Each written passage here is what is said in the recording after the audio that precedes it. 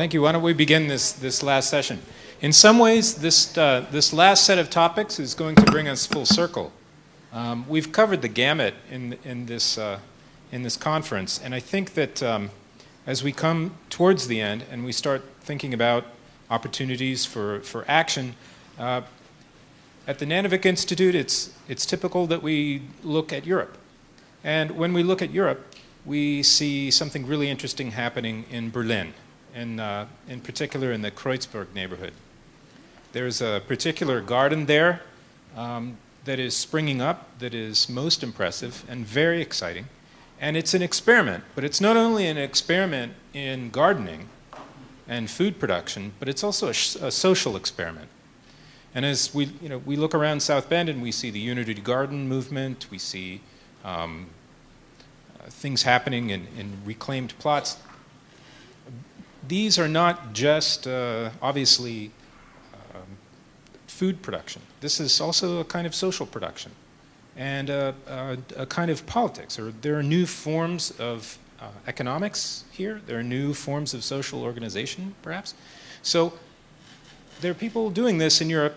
Why don't we hear from some of them? We have two of the leaders of the Prinzessinnengarten, Elisabeth Cardon-Luding and Marco Clausen. First, we're going to hear from Elisabeth, then Marco, and then, at the very end, we have a short video presentation from someone whom we invited, but through various scheduling concerns was not able to be here. His name is Ron Finley. He calls himself a gangsta gardener in South Central LA. He knows of Will Allen, was completely intrigued by our Berlin friends, wanted to be here. So instead of, because of the complications of travel, he sent us a video message. But I think you'll be interested to hear what he has to say as well, and he is a good final exhortation message. After that, we'll have a closing panel discussion here, mainly focused on what we do next. What are the real opportunities? We have a mayor in South Bend who is interested in these topics. What do our panelists think are the most important next steps to take? Before we get there, let's hear what our friends in Berlin have taken. Okay.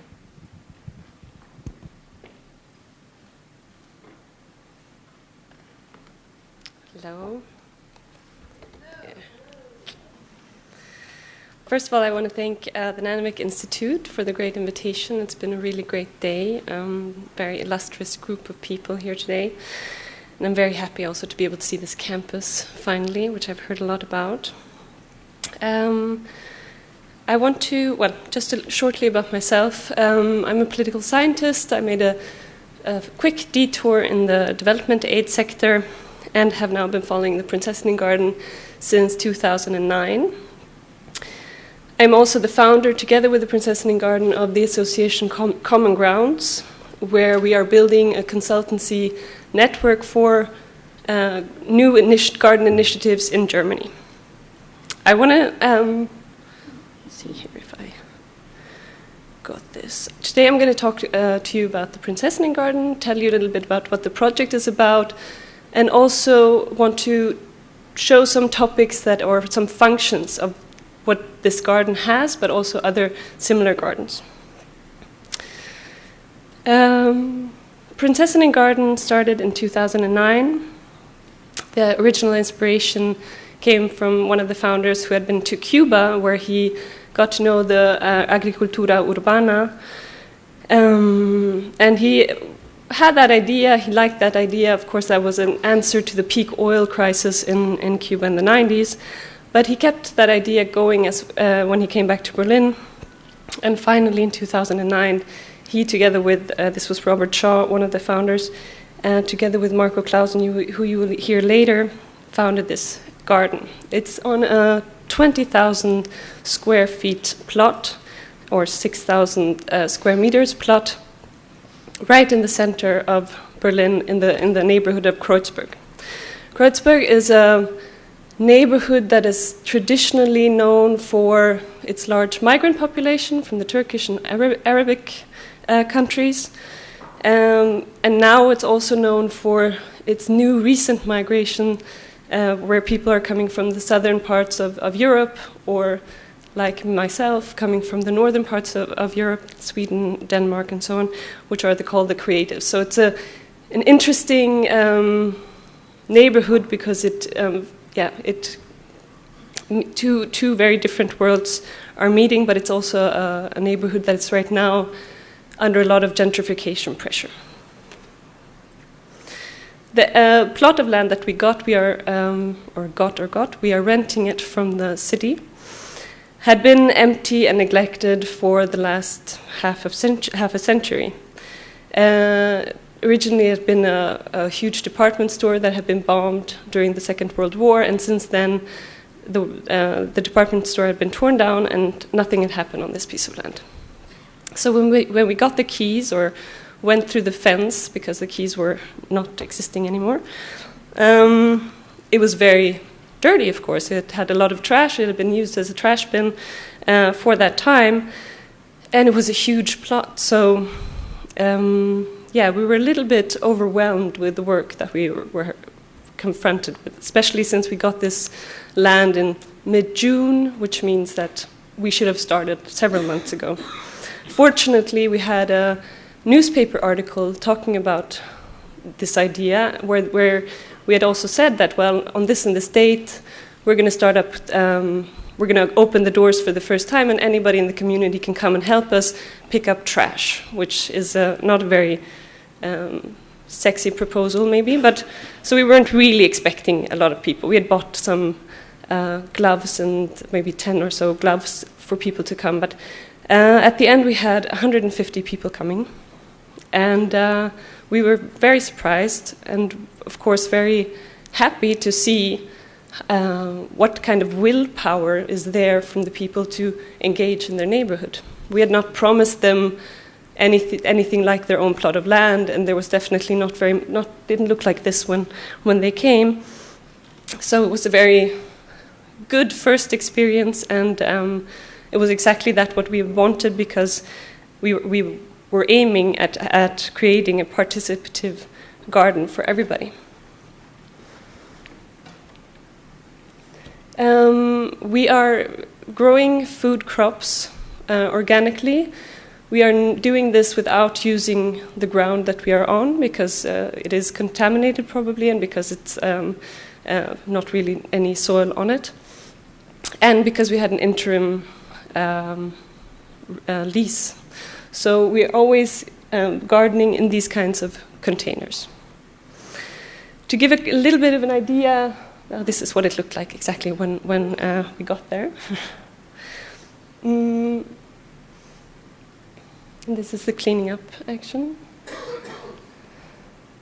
To give you a little bit of an idea of what kind of organizational structure this garden is fitting into, we have a non-profit social enterprise called Nomadisch Grün, which we created to build this garden because the aim from the beginning was that this project was also going to be economically sustainable, or try to be economically sustainable. Therefore, we have several economical activities in the garden to sustain our work, and also to be able to do the educational work that we are doing. The main source of income is the garden cafe, where we have a restaurant and a little cafe where we serve up to, or almost more, or sometimes more than 100 lunches a day. So we have lunch and dinner, and that is financing almost 60% of what we do. Where we also, of course, cook with some of the produce that we grow ourselves, but not all of it, because then we would use all of the crops and there would be nothing left for the rest. So we also buy crops from farms that are located around Berlin. We, in the last couple of years, have also been building new gardens at kindergartens, schools, universities, and also other firms, always trying to bring in the idea of Prinzessinnen Garden into these gardens, with the participation, where we, together with the children or the kids, decide what they want to grow, how they want to grow it, and build it together with them. We are also together, as I just explained with the Association Common Grounds, giving consultations to new initiatives, where we also aim at giving consultations to city administrations, but also to social housing projects. Otherwise, we do sell our food as well, or our crops, but this is a really very small part of our income. It is not our goal to produce food in large amounts, but of course we love selling the food that we have because we think it's very delicious and nice. And otherwise we also do guided tours or our book that we published last year. So we have different sources of income. Until now, we have been able to finance 7 full-time jobs. So that is about the level we are at. But the main and the biggest resource of the garden is definitely the volunteers and the people coming and working in the garden from the community. There we're counting on about 2,000 people every year that help us with the garden. This is people that come for half an hour but also people that stay for the entire season and help us. The actual organization and all of the work being done in the garden is done by a volunteer group called the gardening group, and they meet every week to decide upon how the garden should look like, what are we harvesting, what are we seeding out, and so on. So the garden lives off of the community that keeps on giving their time and energy into it. The main aim of the garden is education. This is why we're not trying to produce food, because we don't believe that we will be able to compete with any kind of food production or large-scale food production or with the prices, especially of produce in Germany, since that is very cheap, which I understand is here very different. So what we're doing is education, and it's a special kind of education where we call it informal experience-based learning. We don't want to have a teacher that is standing there with all the information telling everybody how they should feel or think or taste or do, but we see the garden as the possibility of just being an educational space where the garden itself is the teacher. Just a little bit about our own background. I am a political scientist, but all of the other people that are in this garden, they're also not gardeners. So this learning experience was also not something we thought up of, but it was something that we had to do ourselves, because we were needing the information from everybody in the community to come and help us, and through sharing information we could build this. So therefore there's also no teacher. The transformation of vacant lots into city farms like this one, or community gardens, touches upon very important questions in our society. And it shows us another way of coexisting in an urban environment, both on a social and on an environmental and ecological level. To give a little idea of how this education can look like in the garden, I want to talk a little bit about carrots. When people come in the beginning of the season and they start sowing out carrots, they take care of these carrots, they nurture them, they pick them out when they're too close together, they water them, which take a lot of time. They try to pick out all of the bad animals that are trying to eat them up. They do this, and at the end of the season, when they can finally harvest the crops, they pick their carrots. When you do this kind of work, when you nurture something that way, there are several topics that you see. When you just see this array of colors of carrots, you have the topic of biodiversity. This is not like the way your carrots look like in the supermarket. They're always the same kind of orange, and they're always the same size. which also touches upon the subject of EU standards, for example. Why do the carrots look exactly identical in the store? You also, of course, teach people where carrots come from and that they don't grow in a little batch like this, but that they are separated. So, and what they taste like and what they can taste like when they're produced organically. So you're touching upon the topic of food literacy. This is a way the garden, without having to use words, goes in and has a very political education with the people. And it's very experience-based and, of course, using your senses to taste it and to feel it and to smell it. So this is the way we see the garden as a teacher. When we work together and create this kind of environment, we're also creating a community of engagement. You're giving the people a space to interact with each other, to try new things out, to experiment. Very seldom now in our very more urban cities, we have really these spaces where we can socially gather, not buy anything, just be together, meet each other and talk to each other. So this is the kind of space that we've hoped and we know we have built. So that is what we have done in the last 5 years, and we hope to keep on doing for lots more time, and that we see that a lot of gardens are doing the same, and I think it's a very important instrument for further development of our cities. Thank you.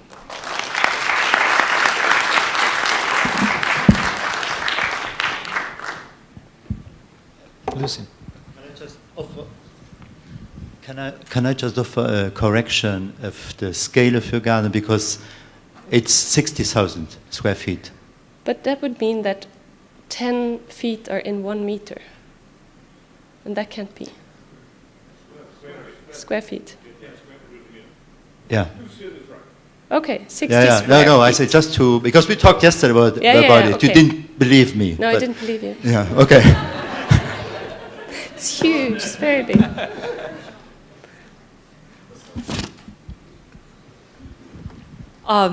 This is fantastic. I had a German host daughter that was here with me about 2 weeks ago. And she was from near Berlin. And she was telling me about this garden. She says, oh, we have these unity gardens like you have. And I go, oh, no. They're unique to our area. And she was talking about this, so your story resonated as familiar. So, but I did want to ask or clarify with the framework. So it's volunteer run, but anyone can come in and harvest? Yes, well, it's volunteer. Like, we call it volunteers. It does not mean that people are volunteers, like in that they come every day. They can come when they want to come. So it's just a participation of the neighbors. It's that way. Yes. Fantastic. So, our first international unity garden. Great.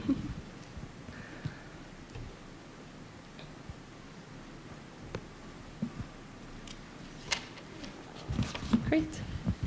Elizabeth, I have a question. Yeah. How,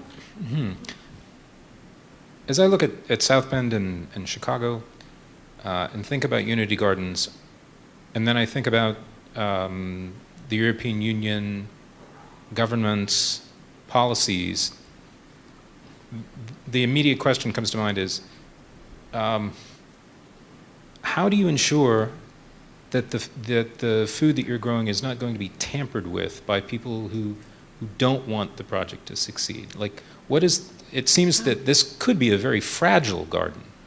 So what's fascinating here is that it actually seems to work, and that people spontaneously care for it. How does that, why do you think that happens, and what kinds of thoughts do you all have about the community ethos that support? How do you I'm having trouble articulating this. How do you continue the ethos that supports this kind of thing in a protective way? Like, how do you make sure that it's not that the community doesn't become hostile to the garden? Does the garden teach itself teach it, or is something else going on?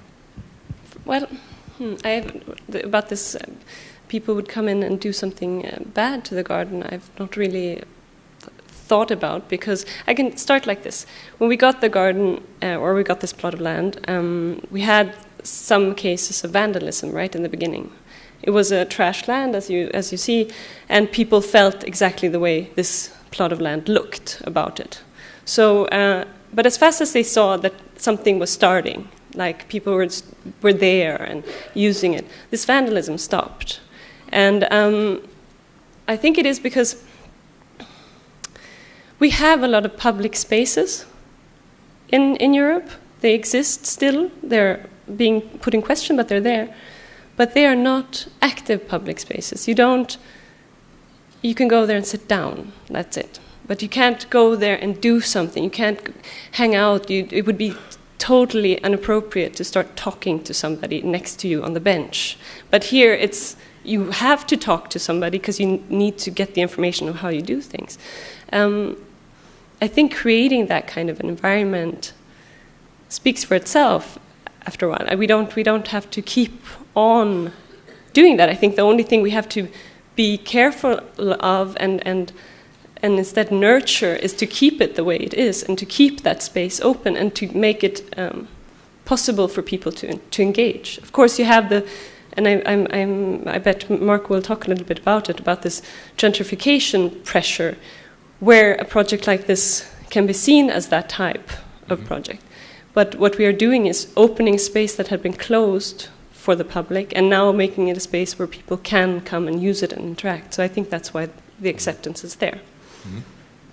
I find it fascinating because we have a sociological term for actually what we're looking at, which is called the broken windows syndrome, right? So in New York City, Mayor Giuliani was famous for coming in and saying, first thing we do is we fix all the broken windows and clean up the trash pile. That's a major initiative. Why? Because sociology tells us that, and as the father of 3 young children, I can tell you, when dirty socks appear in one place, an hour later there'll be 5 dirty socks there. Like, and everybody continues to pile on.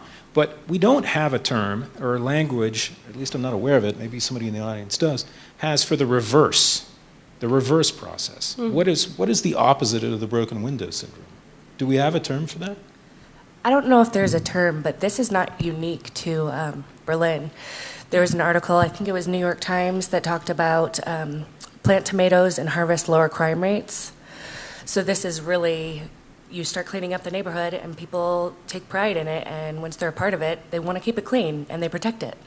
So this is not unique to Berlin. This is absolutely everywhere. not. We've been, in this trip, we've had the possibility of meeting a lot of gardens in New York as well, and we wanted to go and see them because, of course, they're pioneers on this, of reusing city spaces like this. And there the context is very clear about that, about taking back something that looks very trashed and very bad and making your neighborhood nice and making nice spaces. Absolutely, yeah.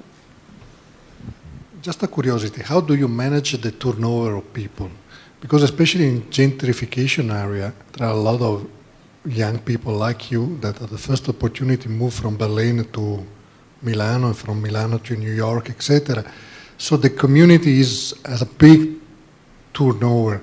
How do you assure the continuity of such projects? Because it's not like the community fire department here that bought a truck and then everybody recognized themselves on that truck and continue to fund the voluntary firemen, etc.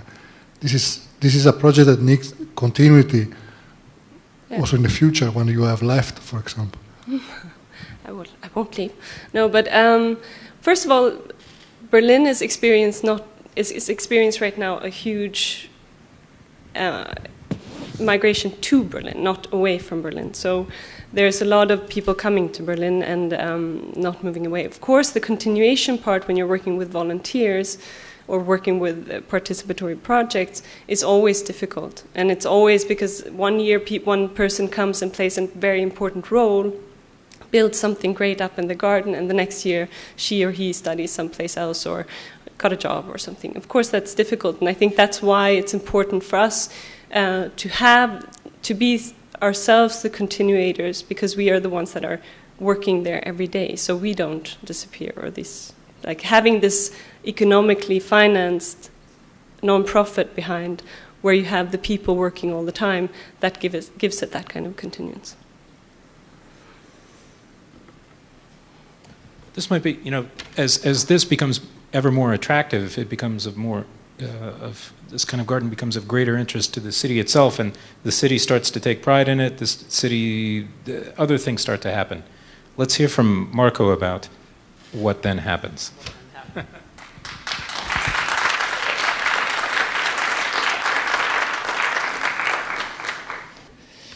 Okay. Also, thanks for the invitation. And Elizabeth almost said everything about Prinzessengarten. I just tried to shift the angle a little bit from like what the garden is about to what's the role of the garden in the city. Because, and that's true, we are not unique. We see ourselves as part of an urban gardening movement that pretty much started in the 70s in New York and is like also a form of community building, because we meet a lot of people worldwide that are engaged in this kind of spaces. And there was also people in Berlin that used to garden, and there's also a tradition. There was allotment gardens before, and the famous Schrebergarten, and there was intercultural gardens. So it's not unique, and it's part of a movement. The question is, why do people do this? And what are they specifically creating? And when it comes to food, it's not so much about the actual amount of food produced.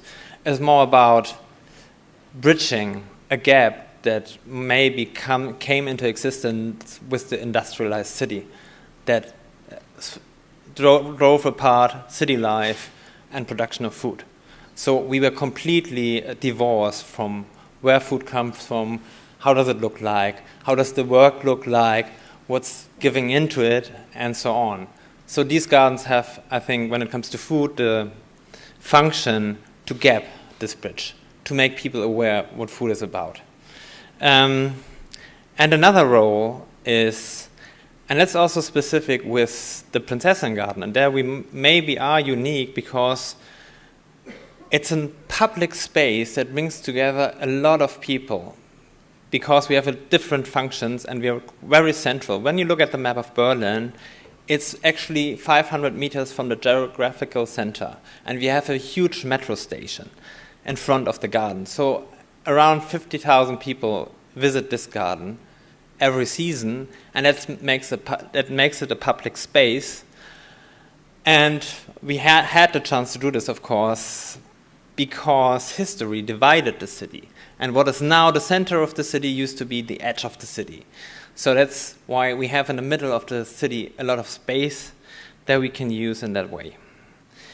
So what we did, and you saw the picture before, turning a wasteland into a garden and a garden into an urban space where food as well as community grows.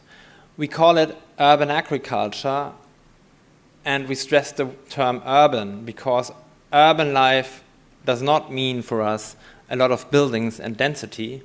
Urban life is a quality of exchanging with strangers, negotiating how to live together. You know, that's what urban life is about. It's not separated. It's about diversity. And a garden like this has the paradoxical function that you bring the countryside into the city, not because of the desire for the country, but because you desire this kind of dense, diverse city life. And that's what this kind of gardens can actually do. Yeah, it's a self-organized space, so there is no planning involved. There is no master plan. There's no architects who say it has to be, or landscape architects. It's about doing something on your own without having the professional degrees or having the capital to do so.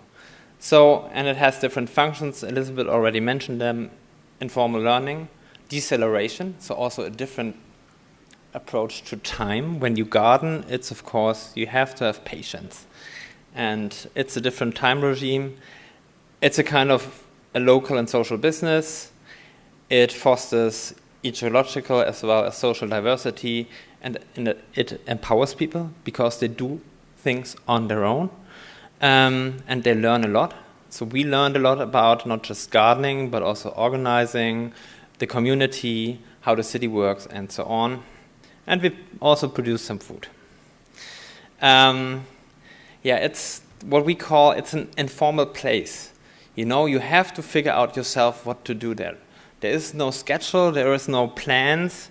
It's not like the city is organized usually. Every space has a specific use, like commercial, residence, industry, traffic. Here you have to invent yourself what the place is about. And it's not just do it yourself, it's of course also do it together. So it's this experience of doing something with other people that you don't necessarily know, and you learn to do together, to do something together, to cooperate. But you're at the same time standing in front of the bed, doing some gardening, you start a conversation. So you also learn about the other in a different dimension. So when we started as a temporary project. Our main problem is our success. Back then in 2008, 2009, urban gardening, community gardening, urban agriculture was not a term being used in Germany. That was kind of new. And when we started, most of the people said, that's a very nice idea, but it will probably not work. Why would you grow food in the middle of the city? And who could be interested in that? But it turned out otherwise, which nobody could foresee. And we had, for example, 400 articles in newspapers in 4 years' time. So most of the time we have to spend with journalists, actually. And there's so many people coming there. There's even so many, as Elizabeth mentioned, people who want to volunteer without getting something back. They want to give something. They want to create this kind of community space. So when we started, we had a 1-year lease and paid around 2,000 euros a month to the city of Berlin to do so. And our concept was, well, in case we lose this kind of land, because that might happen, it's in the middle of the city, we build a garden that you can move. So everything that you see in the garden is movable. We have like these crates, we have bags, and we have containers which we use for the restaurant, the bar. But on the other hand, the success shows there's a need. And the problem is, of course, with being a pioneer, with doing something new, the system is not prepared. You know, there's no instruments for dealing with something new. So this is the kind of situation that we're in, that the success shows, and the commitment also of the people shows that there is a need of this kind of spaces.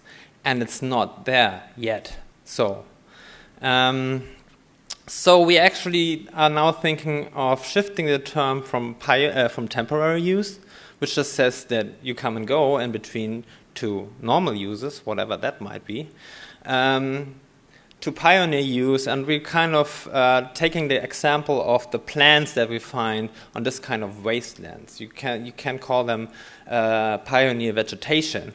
What they do is they can exist with very, very little. They can adapt to this kind of situation. And for example, it's the trees that you see there, they just take the nitrogen from the air. And what they do is they are preparing this piece of land for other societies of plants to come. So it's not about just being there and going, but being and preparing something new. And what we hope a garden like this can do is giving a vision of another kind of city. Because, as I said, just that it is so successful shows that people have the strong desire of this kind of spaces that are closer to nature, where people are closer to one another, where we also maybe learn new things, in this case about food, and that a city could look like it. So unspoken political level of this garden is that you just go there on a roundabout where there's a lot of traffic and there's this huge tenant buildings, and you enter a gate into the garden, and suddenly you realize, well, a city could look like completely different than we think. And that's really strong political argument, because people say, why not? You know, if it works, it doesn't cost a lot of money, it has multiple purposes, from biodiversity to learning to community building to even small-scale business. Why not? And our question now is, if this one example was successful, can we make it an integrated model of city planning? So can we have rules and legislation that make it more probable to see more of this kind of spaces? Because we see in all places and almost all cities that we know, people just do this. So there must be a good reason. So we should shift the system to foster this kind of uses. But that takes, as I will explain in a minute, a lot of patience and passion. So the question is also, are we capable of seeing the value of the informal, of the creativity that bottom-up grassroots movements define, to integrate it into normal planning? Because there's a cultural gap that's huge. For a planner, it is hard to believe in something where you don't have a perfect rendering in the beginning. You don't know the result. But if you work on a community basis, that's not important. Important is the way something is created together. So it's more about establishing relations of trust and not trusting in some perfect rendering or professional degrees or Excel sheets. And there's some big projects in Berlin that were planned in this professional way, and they not always succeed. Maybe you heard about our famous airport that will maybe never been done. Nobody knows. So the question is, if we are able to integrate this kind of pioneer uses into our planning and policy making, or if we just go on like we always did. This example here is, for me, I studied history. It shows, like, that was the planning from the early 60s for this piece of land. And the interesting thing about it is this kind of spaghetti circle. They planned a motorway in one of the most dense neighborhoods in all Germany. And the funny thing about it is they planned it for a city that was divided by a wall. So you could drive in circles. And the interesting thing is that almost everybody believed that's the way a city should work. That's the way a city should look like. And if we look nowadays on this picture, we think, that's crazy. Why would you do something like this? So it's also a picture of hope, that we can change the way we think and change our mindsets. And ironically, it was this planning that kept that piece of land open where we now garden. So without this planning, the garden would not exist. And then now it's about the obstacles. So in a perfect world, of course, everybody would say, yeah, let's have all these gardens and give them space and just do it. What's the problem? But in the real world, there's, of course, other interests. And one of these problems is the situation that cities like Berlin face. Or also, I just happened to visit Detroit. The problem is the cities don't have any resources. They say they're broke, but there is money for airports that fail, but of course they're broke because of this maybe. So what cities do is selling. They sell their public transport, their health, their social housing, and their public property to private corporations, and they hope that will be better for all of us. They also, for example, sell the water in Berlin to a private company. So the promise is it will be better and cheaper. With the water, the price of the water increased since it was privatized. Like it actually doubled the price. So that's what they do. That's the guy you see here is the CEO of the company that the city created to sell public real estate. And what he says is, when you have extraordinary desires, schools, pools, gardens, hospitals come to us. And it's not like we as the people have the desire for schools, pools, gardens, and hospitals, which we have, and we go to him and get it. No, it's, that's an advertisement for the real estate market. So private owners can buy schools, pools, gardens, and hospitals. And then that raises the question of the commons. Who does public property belong to? And what's the long-term value? Because the discussion that we're having right now, short-term, it makes perfectly sense to sell something for the highest bid. Because you see, in 4 times, we get this and this amount of money. But long-term, it might cost us a lot. Because we have this process of privatization, for example, we have also rising rents. And that then we have process of gentrification, we have segregation in the city, and a lot of social costs that someone has to pay sooner or later. So this is the interesting discussion right now, is that we are on a piece of land that the city of Berlin wants to sell. At the same time, the city of Berlin likes our project a lot. So they call it pioneer use. They even integrated it in some studies about the future of the green of the city in the next 20 years. And we are in this in-between situation. And facing the probability of this land being sold, we started a campaign called Let It Grow, where we demanded a future for the garden. Like, we demanded 5 years because that's what we need to plan our social business, at least.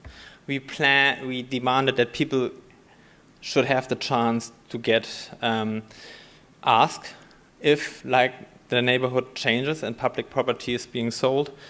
And we're demanding more of this kind of spaces, because the value that is created, you cannot break it down to hard numbers. It's like, it's this kind of, how do you quantify a living social neighborhood that works? That's not just breaking apart. How do you quantify people taking responsibility for not just their own lives, but also for their community? You cannot put a price tag to it. And it's a question of political will. You cannot just have figures and then say that's the right and that's the wrong decision. It's about in what kind of society or city do we want to live, and to what, And the garden is, I think, we had 30,000 people signing the petition. That shows that there's a lot of interest in keeping this kind of spaces. And we are very optimistic that there will be some solution. So, I just end with this picture because I like it's from a movie from the 70s, and it just shows a real estate agent saying we want people to see gardens and not garages, because that's what we want. I don't want to look at cars and garages. I want to see people working in this kind of spaces together and share experience.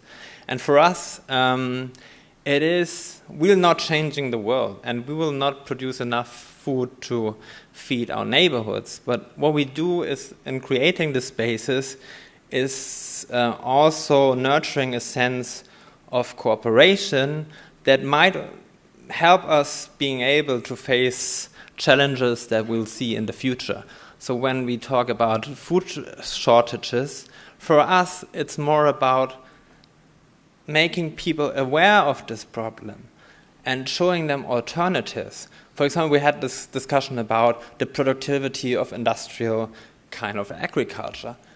But when we have this conversation in the garden, we become aware that we throw away 30 to 40% of what we produce. That comes from the land, and it takes a lot of resources. And then we think about, can we change our behavior? Can we talk about having a completely different diet? What's with the meat and the proteins? Can we afford to consume in that way? So it's for us it's like a seed of thinking about cities or communities that are more resilient, because they already know there will change come, but maybe we don't know how it looks like. But knowing it will come and being prepared and working on alternative ways of living together might help us to solve these problems. And not just thinking the way, when I hear this GMO discussion, it's for me, go on with the same thinking to solve the problems that were created by this kind of thinking. And I think maybe it is possible, but it's a bet, right? It's like a lottery. You don't know, maybe not. So for us, it's good to have like diverse places of discussion, diverse places of community building and of learning, and to give this kind of spaces a chance to formulate alternatives and to experience that it might also work in a different way. Thanks a lot.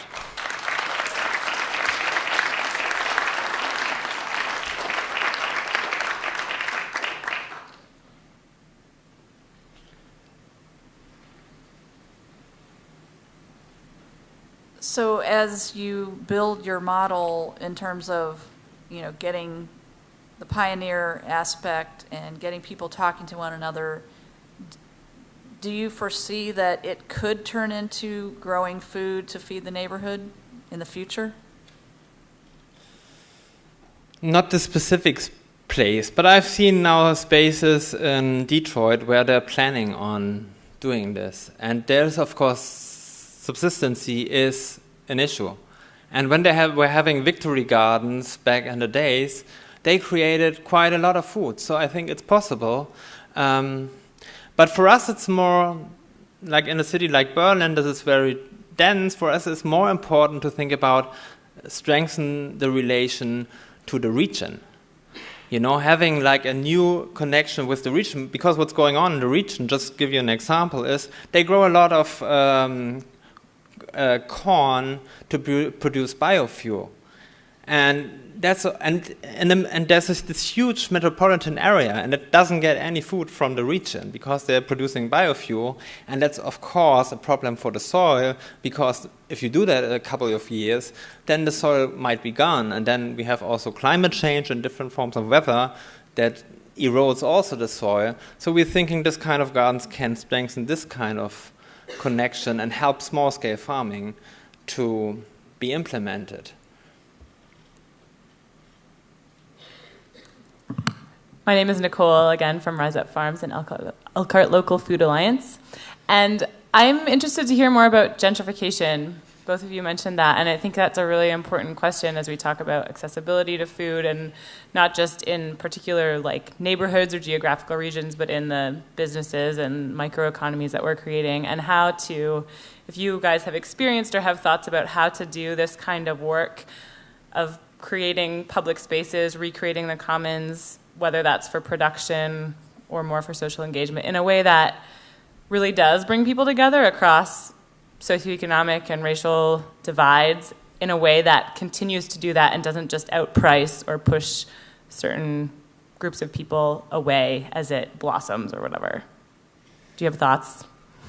Well, yeah, that's basically it, right? We're just explaining the process, and we think that this kind of gardens can bring different people together in a way that other places cannot.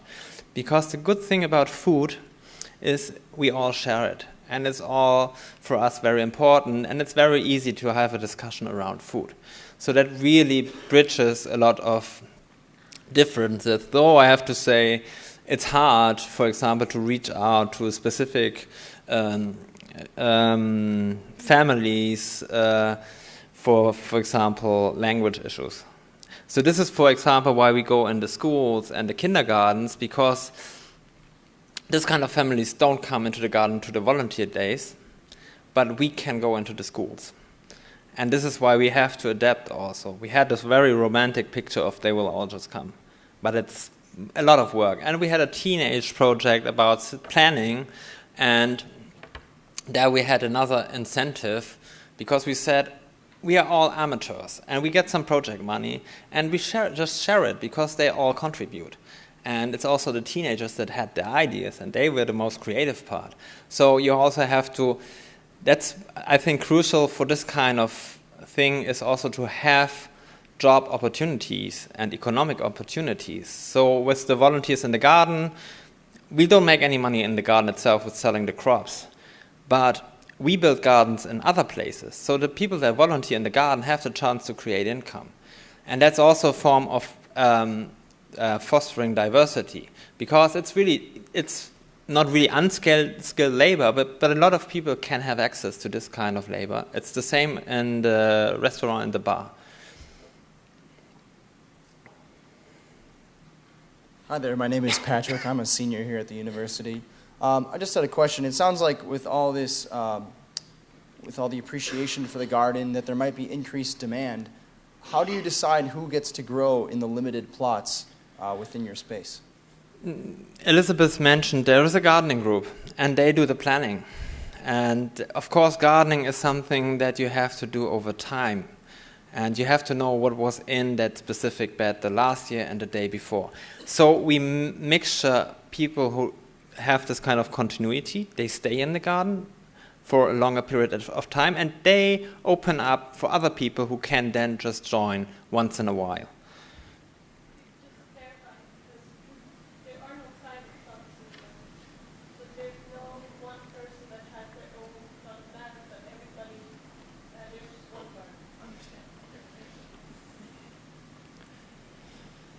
Thank you. My name is Heidi Rupley, and I'm also from Elkhart, the Elkhart Local Food Alliance. And I am interested in what you're saying about, I believe you said 60% of your funding comes from your micro-business enterprises. And then you were talking about income generation and job creation through providing opportunities for people to help, I'm assuming, install and maybe help manage gardens other places. But how do you fund your staffing? And then how do you go about incubating these other small businesses so that there are alternative job opportunities for people? Yeah, from the beginning we were not funded. So we started as a social enterprise, and we had no backup. So we had to make it work for us. And the first decision that Robert and I did back then was, and we had no clue about gardening and also no clue about the city, but we decided when we start something like this, let's make it a real thing. We want to live from it, and it has to be as central as possible. So if you have this naive kind of attitude, a lot of things can happen. And that's since then with we have times when it's really hard, especially in January, February, March, April, and then the winter never ends in Berlin, and might also become May before you start growing something. So, and then we figured out ways to have micro incomes. It's about the restaurants. We sell the pictures to the newspapers because there's so much demand. We have guided tours. We sell the book. We have this gardening activities where we build gardens. So it's more, you have to deal with this kind of a lot of income streams. We heard the same from Will Allen. I think he mentioned 40 different income streams. So that's one trick, to not just see it as a production garden, but as a hub for a lot of activities. And we get funding for specific projects. But with a lot of people, like educational projects or building up this platform, but a lot of people that I'm talking to, they also see that it's problematic to rely completely on funding, because that will end and someone else is defining, and you have to put a lot of resources into the paperwork, which is a lot for people that are not used to do this. So you have to have a good mixture. And since now we're growing a little bit in the staff, but it is we're not getting wealthy with it. And most of the also educational work is done by volunteers and people who just come. Right now we have people from Colombia, from Great Britain, from Denmark, mostly students who come in the garden and create projects.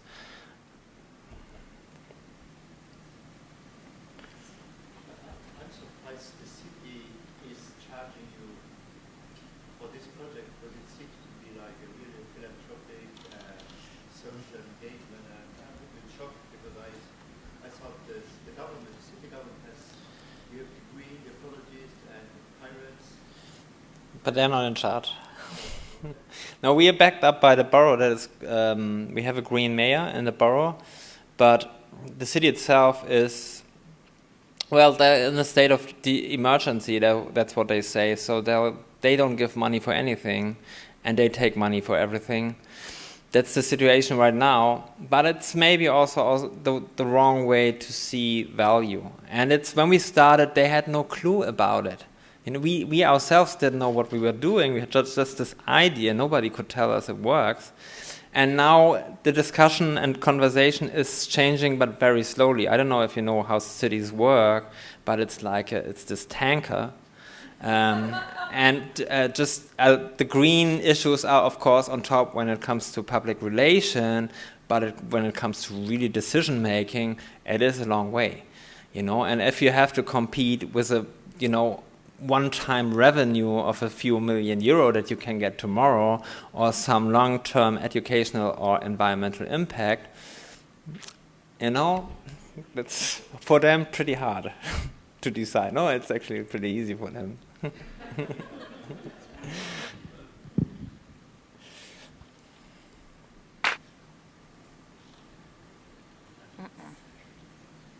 afternoon.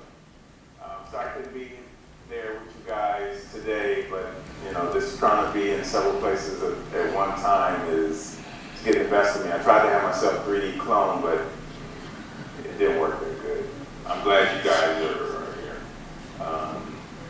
for this conference, which I think is very important. I'm glad that I was invited to be on this panel. The reason that I started doing what I'm doing is because here where I live in South Central, it's very difficult to buy any kind of healthy food. It's just not available. So I took it on my own to start an organization where some friends got together and we decided that we'd grow our own food instead of wait for somebody to bring it here, because what we realized, they don't choose to bring it here, they don't want to bring it here. These so-called food deserts, they're by design. I call them food prisons, because you're literally imprisoned by the horrible food and the conditions that these foods bring up on the community. They talk about terrorism, and to me, the real terrorism in my community and communities like mine are the fast food restaurants. They're killing more people than anybody could ever think of. They're killing more people, like here. I say they're killing more people than the drive-bys, and it's true. Food should not be killing you. It should heal you. And we have to change the problem.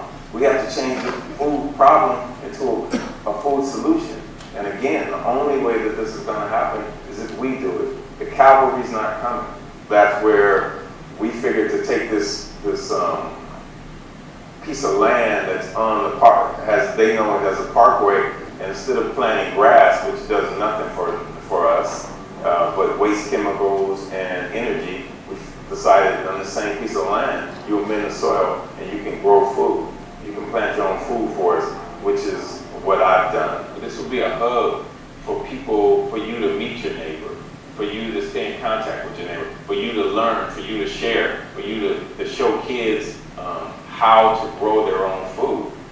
We have situations where people can't afford to buy healthy food, so all they can really do is buy the $1 special Happy Meal or whatever it may be, when they could actually grow their own food. I'm dealing with people now who they're in their 30s and they've never put a plant in the ground. And once they do, it's like addicting. It's almost like celebratory to them. And that's because we've got so far away from the soil that once you're back in it, you realize your connection to it. A lot of what we're dealing with this gardening thing is cultural. A lot of people don't understand how powerful the soil is. A lot of people look at it as dirt. They don't look at it as being a living organism, just like we are. They don't, people separate us from nature, but the true fact is we are nature. We are a part of nature. We're gardeners. That's what we do. If children are involved in the process of planting a seed, whatever kind of seed it is, that gives them knowledge, and it gives them a purpose, and they become part of that. So if a kid grows kale, a kid eats kale. If a kid grows tomatoes, they eat tomatoes. If a kid realizes the difference between a peach and an apple, that's what we want. We have kids now that have no idea what fruit or vegetables are. So we have to get back in touch with nature. And that's the only way we're going to conquer this in these situations in these cities. What you also provide for people is almost like an oasis where they can come and they can see butterflies, they can see bees, they can see insects in this concrete jungle that we live in. I'm going to ask everybody here to engage your neighbors. I'm going to ask everybody just to take your whole block and have your neighbors and your friends and your families, everybody, just go out and plant some shit. And let's green and beautify this world. Let's all become evolutionaries and gangsters, but guard gangsters.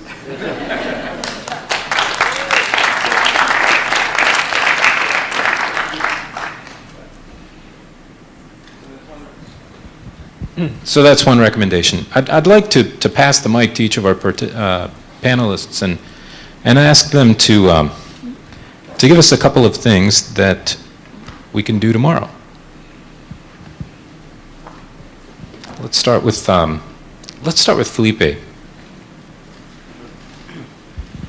Well, thank you very much, Andy. It's been a tremendous privilege being here and hearing so many inspiring contributions. But of course, the really striking thing is the consensus that already seems to exist in the room. And I guess probably you should have invited somebody from Monsanto or something to come and try and inject a bit of drama and conflict into what otherwise seems to be a pretty cozy consensus around some fairly clear principles. I guess the biggest conflict has been between my pessimism and everybody else's, well, some people have called it optimism. It seems to be more like hope. And so I'm going to just kind of put in a final plea for pessimism. Because although I'm tremendously inspired by everything I've heard from everybody else, in addition to the caveats I mentioned this morning, and one or two others impressed me very strongly. First, and I suppose really the critical thing that's emerged for me from today's discussions is that all these projects that we've heard about, I mean, the mayor's aspirations for South Bend, the work that Marco and Elizabeth are doing in Berlin, the urban vision that Lucien offered us, the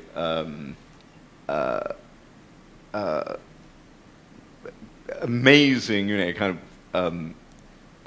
transformative and transmutative alchemy that Will and Ron are working respectively in Milwaukee and LA. I mean, really all of these projects depend on one common factor, which is economic misery, decline, stagnation. It's the fact, these vacant lots are available. And, I was amazed that you could get these, all these square feet, I don't know how to get how many that work, 60,000. And amazed that you could get this in Berlin, but it now turns out that it's all pretty, kind of precarious, even in a city which claims to be bankrupt.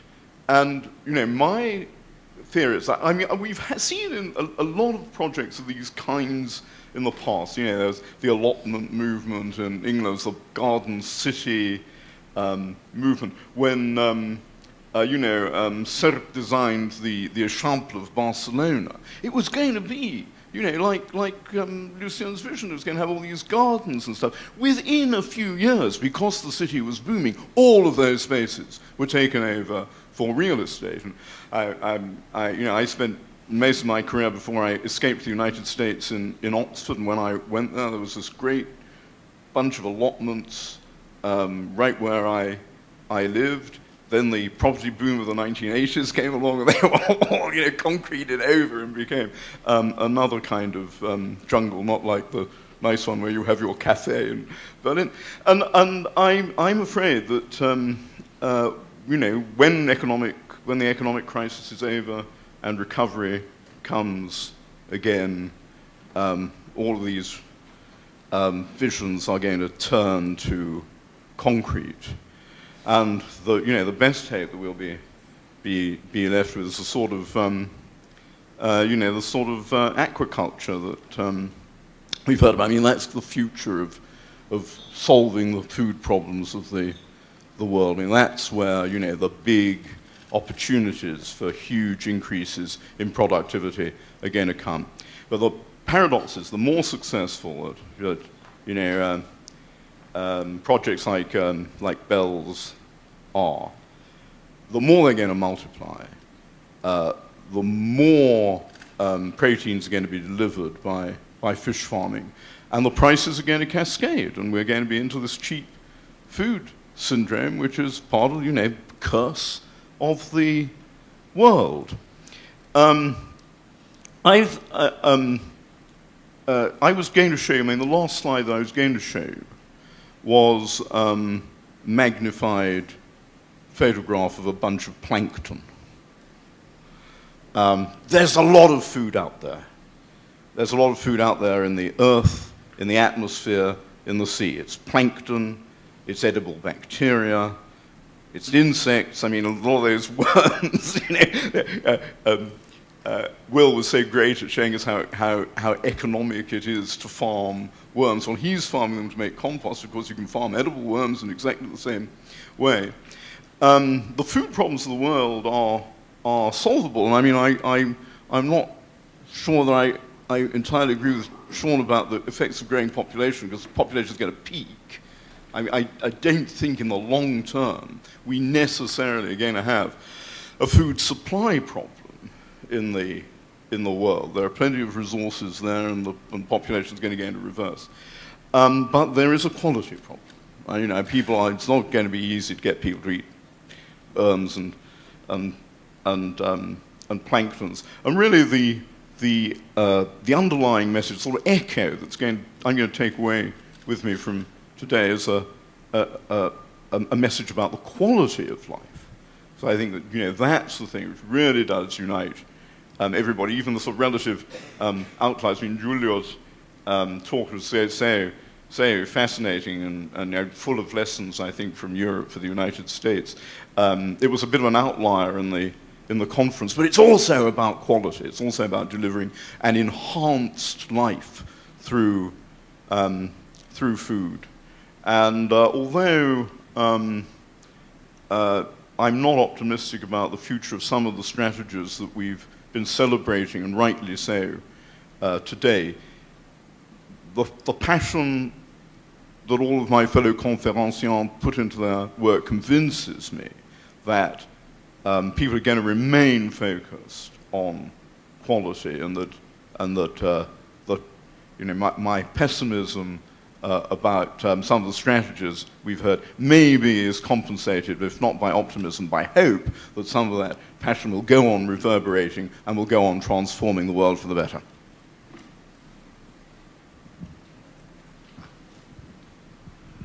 Okay. Perhaps from a simple but more political point of view, we have noticed that quality is important, and quality may guarantee that sustainability that at the end of the day, I was discussing also with the colleague who was here before, is essentially to guarantee a continuity, both in terms of those projects that you have, both in terms of local farms, etc. Because at a certain moment, local farms will be confronted with the request that the chef was telling you during lunchtime. Are you able to provide those kind of products in terms of quantity, in terms of quality, in terms of continuity, or not? Why I should spend twice the price of a supermarket if at the end of the day the carrot is a carrot and I don't see the difference, or you are not able to guarantee me a difference? Then you need an instrument to guarantee that. That's why, for example, the the expert on aquaculture was saying we need also a kind of commonality of standards. Because if not, it's a confusion for, that's why we have the European standards, not because we standardized also carrots, but then we came back to that. We have liberalized most of the standards that we have in vegetables, for example, now, because exactly of your point of view. But we need a certain standards that can guarantee the producer to do things in a certain way that is the right way for everybody, and then to guarantee the consumer the capacity to the right choice, if you want, in terms of.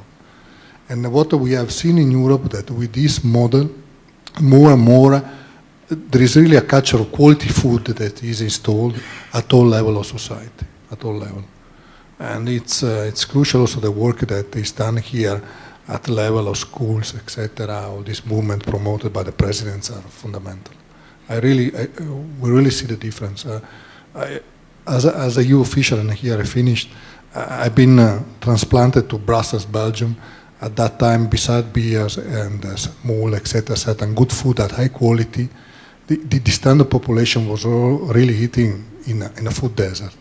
And the change that I have seen in 20 years that I lived there in different times is amazing. It's amazing how the culture of foods has really come down from all level of populations in the terms of quality, etc. Has been a big exercise on that. Thank you.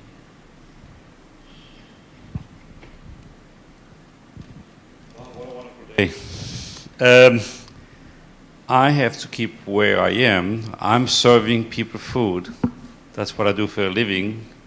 And this means I will still keep going to buy the best food I can, make it the most tasty I can, and the most healthy as I can. And I think that's how my device are serving thousands of people a day. If it's for inexpensive food, so expensive food, that's my believing, and that's where we go. Cheap is not existent. I think cheap is nothing, but I think inexpensive is maybe a better name. But again, I see progress. Why, when you look what happened in this country years ago, coming from Europe, I'm very happy to see what's happening here. And I have to tell you, I'm a little bit sad what happens in Europe. I think it's changing again. This is what you talk. I think it's, in Europe, it's a lot of food where the people don't organize either. And I think Europe is realizing now was too much bad food served for you. They realize, but I think in this country, it's a bigger country. We take much, much longer time. It's also economy. But I think when we all believe on that and keep the philosophy of we have to eat good food, I think the people will get it. I think we go back, maybe we can go back in history, 3,000 years ago, they eat good food. They know what bad food was. I mean, we go back, it's not maybe food where we eat, but I think we are on the right trade, and I think it will take time. I don't think it's your generation. I don't think it's my kids' generation, but I hope the next generation after that, I think it's up to us to feed our babies the right food, or they know what right food is. And there's I heard the other day somebody at Gerber factory. No, buy the fresh carrot or make a carrot puree for your kid, for your child.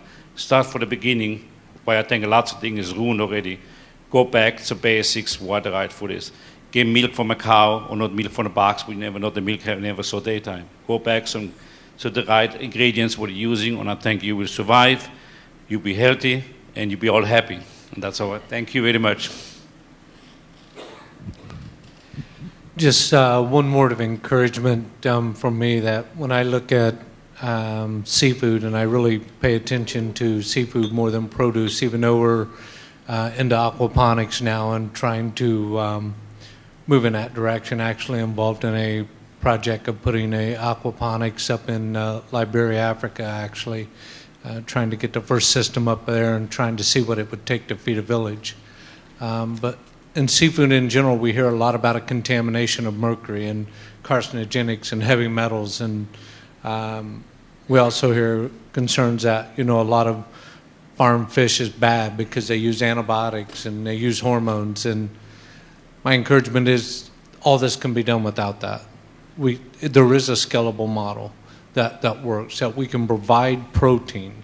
And when you look at the population growth and a protein deficit, there is methods to do that. and we've got some great engineers and some great people working on these problems, and we have solutions. So thank you very much for a wonderful day. I would like to give an optimistic message because I think that, and also as a European outsider, I think that the American city, as I mentioned before, it has an ideality which has never been lost, and unfortunately, Americans, they are very good at using ideality to do sometimes the wrong things. But they can also, they're very good also at doing the right thing, and I think I agree with Chef Joho, because I've lived in the United States for 2 years in 86, 88. I have seen a really incredible, I have already seen great things in America, in Oregon. I was in Oregon, and Oregon was pioneering food, organic farms, and it was really, really interesting that in Oregon you could buy very, very good quality organic food, which was cheaper than the supermarket food, because it was there was a social system, and there was a cooperative organization which allowed them to do really slow agriculture, healthy lifestyle. It was very relaxed, everything was very laid back, it was really wonderful, very, very great quality of life. Since then, I've seen really, the coffee is very good now, the bread is excellent, and the food is really outstanding, and there's a really awareness which is fabulous. Now, I think also that you can do things. Well, I'm interested in the thing. I'm very impatient. I'm interested in the things right now. I want to do things. I want to demonstrate that things are possible, and I know, and I tell my students, don't make big plans.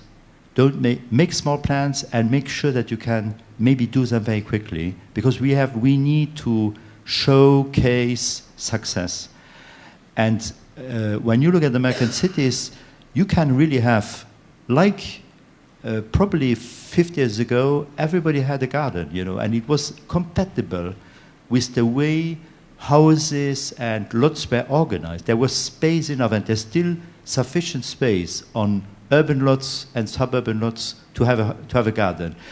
The lawn, the American lawn, which is a culture thing, I think maybe should just give way to more productive and more creative interpretations. And I think it can be either flowers or trees, orchards, vegetables. And I really like this idea of the patriotic garden. I would really kind of use it and promote it. And I wonder if, Joho, you can help me. Feeding people with patriotic vegetables. So, and one other thing, on one other point you mentioned, I think that the projects, for example, the projects like Berlin or community gardens, I would just take any space in the city which is vacant and do gardens. So knowing that real estate will take over, which I think is fine, because I think that the Pioneer Project, they have an educational, cultural road. They change the culture, and we have to change the culture, because the problem is not only food.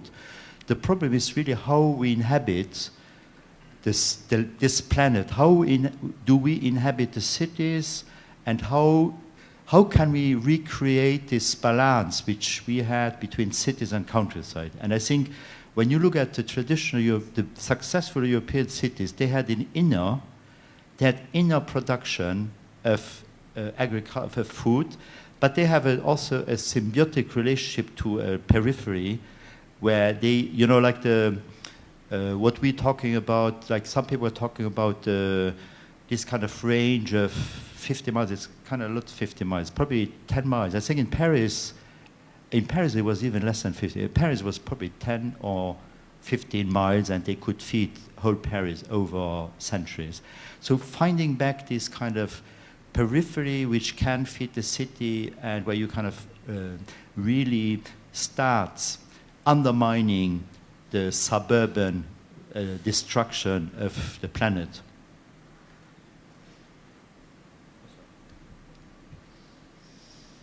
Okay, I would like to talk about, or say two things to close up. We've been talking today a lot about food, good food, bad food, and food access as well with Will.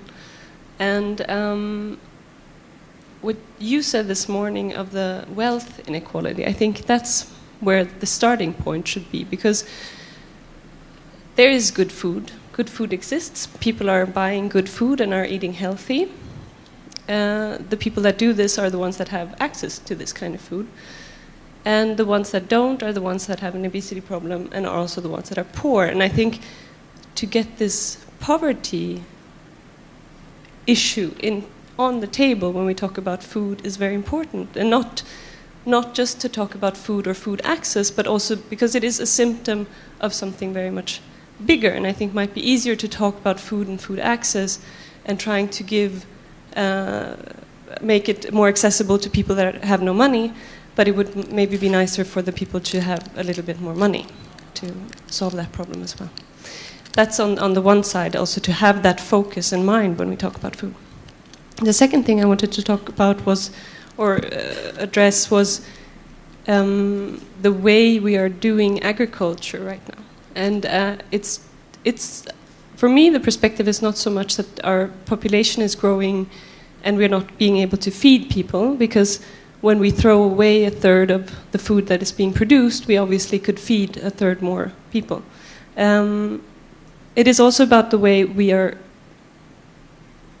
producing that food and what we're doing to the land and the soil while we're doing so, where we have to find a solution for that. That is the solution I think we should look for. And I think I really like this panel because we have very small ideas and very big, or at least scaled up ideas.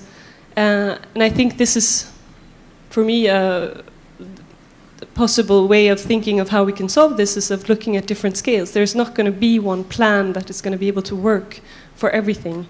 It will have to be on different sizes and different ways, and it has to be local answers also, because when we are locally and when we're working locally, we really know what the problem is. We cannot decide for somebody on the other side of the world. And what you guys can do tomorrow, I haven't walked around all of the campus yet, but you have so much wonderful green space. And it feels very like a perfectly lush climate here, so just make a garden here, I would say. It was actually a farm.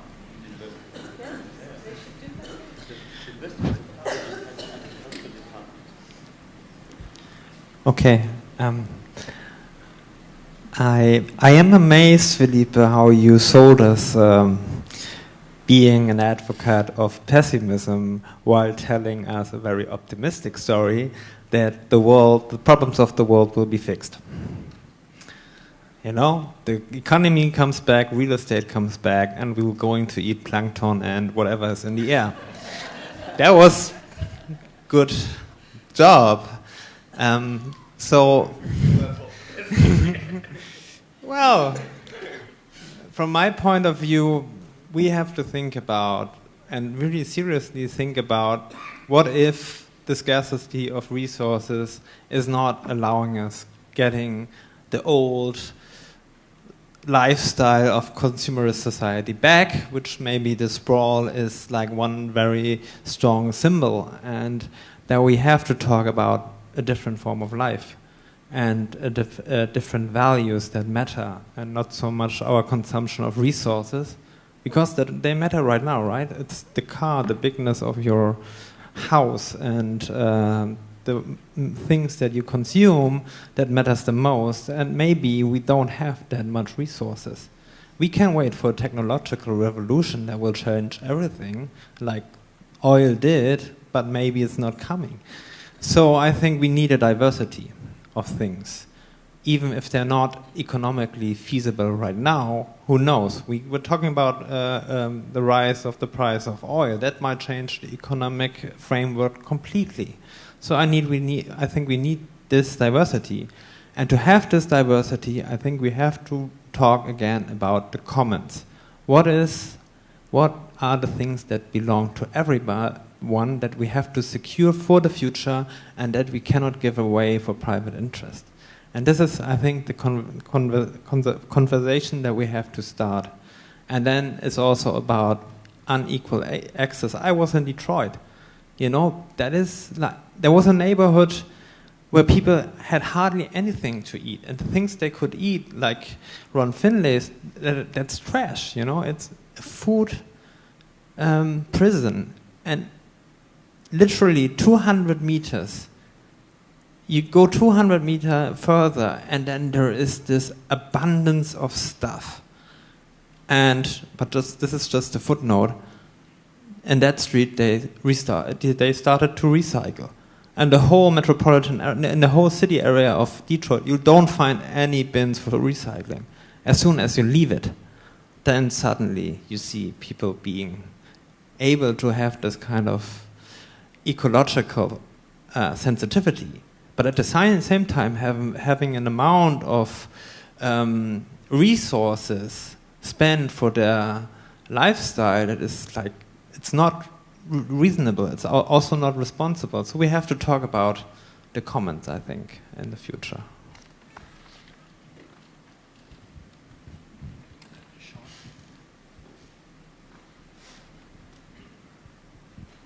Well, thanks very much. Lots of very different ideas today, and I think that's always very stimulating when you're hearing lots of people come from very different perspectives, around this theme, this idea of sustainability. And I think sustainability is something which is being taken seriously by lots of different groups, and I absolutely agree that there are many different ways to get to a goal. And so there are many pathways that people are taking at the moment to get to those goals. And my sense when you go to this type of meeting is even when people seem to be coming from very different starting points, they seem to gravitate to some fairly common ideas.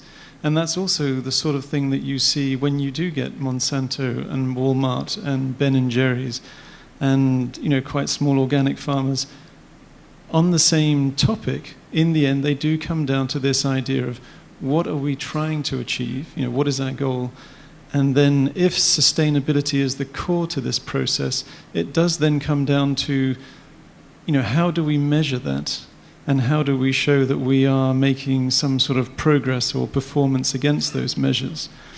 And I think that's where it's very useful then to have this kind of research group as part of this kind of thinking, because they're also doing that, that's what they are in a very kind of disinterested way that science does.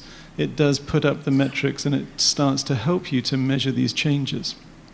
And I think that trying to keep focused on this idea of what does sustainability really mean, how do we measure that, and how do we show progress, in the end does get you to this point where you're improving quality, you are looking at cultural improvements, there's many sort of spin-offs in that process. So it's not, there's no particularly right way of doing this, but I think if we don't measure and we don't have goals, it's difficult to see where you're going. One of the things, if I could have the last word here, is one of the things that makes me optimistic is that is the quality of discussion and the quality of, I don't want to say intellectual culture, but idea culture that we can create. There are, what makes me fearful about the future is increasing isolation of initiatives and ideas. I think the internet is has revolutionized that and has attenuated that as a problem, but there are many independent initiatives, as you say, going on all around us, and at Notre Dame we see them. We have a very nice spreadsheet actually of all of you in the audience, and we have a very nice spreadsheet of all of the purveyors in the area, of all of the media outlets that are interested in these, all of the Notre Dame professors who are interested in these issues, which span all kinds of departments. So if these can be made to cohere, if they're talking to each other, if they see their successes, if there is a kind of self-awareness to the group as a group, that makes me hopeful. Not to change the entire world, but certainly our plot of it. It would be wonderful because part of the whole goal of this meeting today is to engage Notre Dame in the community, to hear a couple of comments from you all. We've heard from you all in the audience throughout the day, but if you have any closing thoughts, Charlotte, it would be great to hear those as well. And then we can all decamp downstairs to beer and cheese. But let's have a couple of comments, please. Well, speaking specifically of Notre Dame, the Center for Social Concerns has been active in the food issue, and many of you in this room are on their email list for we're calling it the Food Security Coalition, and that was chaired by Naomi Penny, who is going to be leaving, and we would appreciate some leadership there. Margie File is still active and has been really good about involving members of the community, and that's an area where Notre Dame could step up and become a part and lead.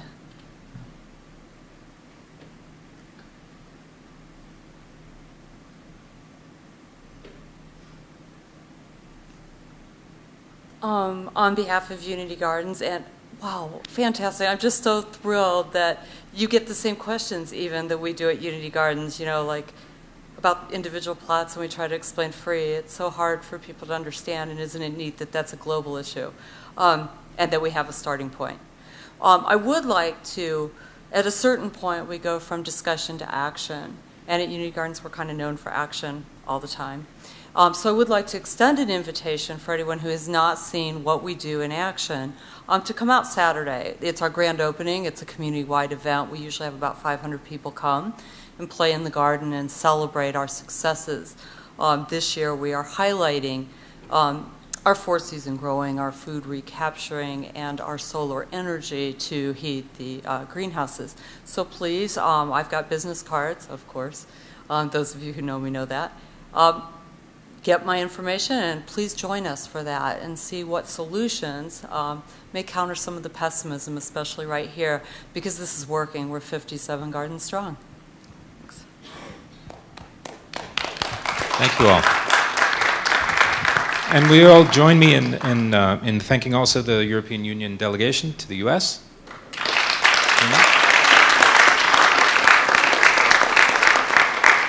I was told in no uncertain terms that the Nanovic Institute should own Europe Day at Notre Dame. So as an Institute for European Studies, we look forward to doing something like this again next year.